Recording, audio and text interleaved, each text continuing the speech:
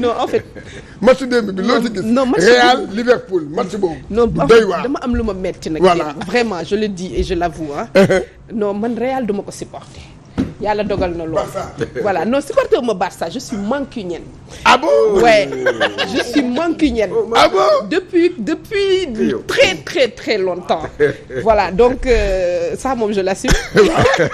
bien que dernière année yi mooy loolu. mais là on revient quand même. waaw. Liverpool parce que tout simplement.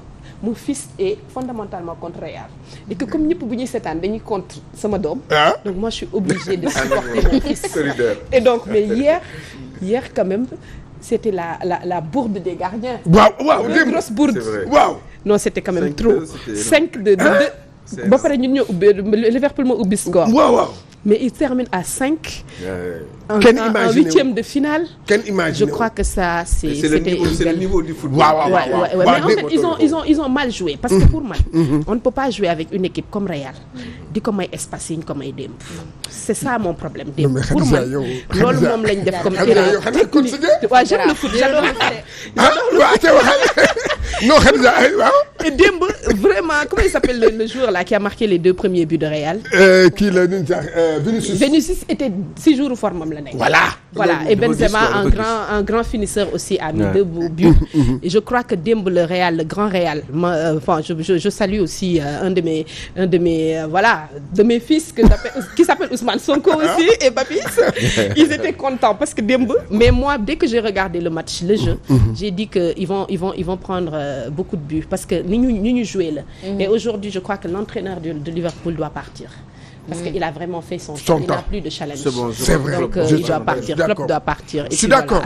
C'est le phénomène de l'usure. Voilà, c'est l'usure. Il n'a plus rien. Il ne peut plus. Mais en plus de ça, li ci gën a neex dama koy wax parce que je suis sénégalaise. C'est le manque de respect notoire bi ñu am ci Sadio Mané. Et ils devaient garder Sadio. Ils l'ont pas fait. Ils ont préféré choisir Salah à la place de Sadio. Donc nous on supporte Sadio. On n'est pas on supporte pas Liverpool forcément. On supportait Sadio. Donc aujourd'hui ñun on s'est déplacé on est au Bayern. bon comme que parce que yow gis naa ne vraiment sport intéressé na la. waaw mais ban part maa ngi yow sa politique. ci golf. waaw. ban cër nga ko jox politique sportive. parce que gis nga golf dafa nekk commune boo xam dafa am ñaari identité yu forte.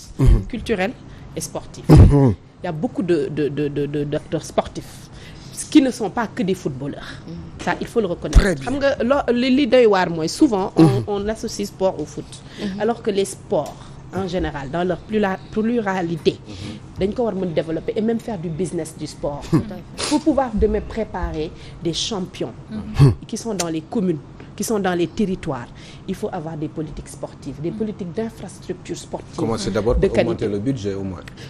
Est-ce que budget sport bi ci Sénégal par rapport au budget. D'accord, ça c'est vrai. Mais man li ma jàpp mooy ñun dans les collectivités locales où nous sommes, il faut bâtir des véritables politiques sportives qui commencent d'abord par les benjamins, mais aussi mettre en place des infrastructures sportives, mais pour toutes les disciplines. Pour mu bañ a nekk juste que des terrains de foot par exemple, que des terrains de foot où c'est uniquement ceux qui aiment le foot qui jouent. Mais il faut diversifier et ça aussi c'est des challenges que nous avons dans notre commune. Mais j'adore le sport. Non man kontaan naa ci yow.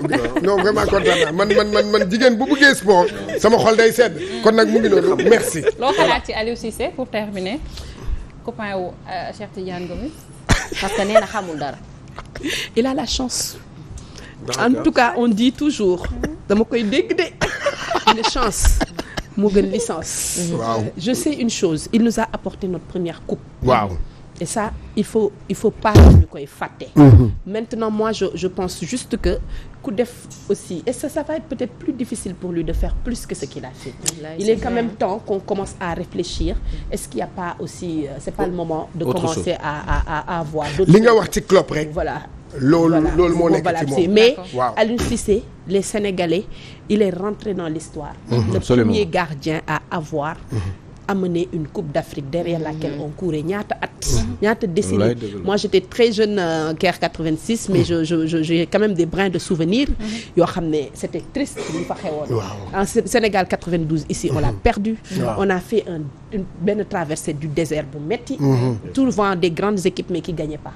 Aliou Cissé nous a amené une coupe. On a eu 3 trophées continentaux. Donc loolu moom vraiment félicitations aux lions du foot. De foot et les beach soccer. Est-ce qu'il doit continuer à rester ou il doit partir? Pour man il ne fera plus que lim ñu indil. Man loolu laa jàpp. Donc il est temps qu'on commence à réfléchir à voir comment diversifier aussi voilà dans certains postes parce que man ce que je retiens de Aimé Jacquet c'est qu'il est parti au sommet de son art. Ce que je retiens de Zidane c'est qu'il pouvait encore continuer, il est parti et on gardera de la victoire. Est-ce que politiser wuñu ko loolu moo tax mu kon ne di fi nekk ba tey. J'ai pas l'impression qu'il fait de la politique. Non politiser wuñu la fédération beeg en tout cas moi je le dis et je l'ai redit et je crois même que j'avais fait une vidéo pour dire que je soutenais Madi Touré. Et je le soutiens encore parce que je le vois, je l'entends, je l'observe et je vois qu'il est en train de proposer de nouvelles choses et que Sénégal dañu war suñu demee ba ci yàgg dañuy am l'usure. Il faut qu'on arrive à diversifier. D'autres personnes viennent avec d'autres idées. Ça ne veut pas dire que ñi dem li ñu def baaxul.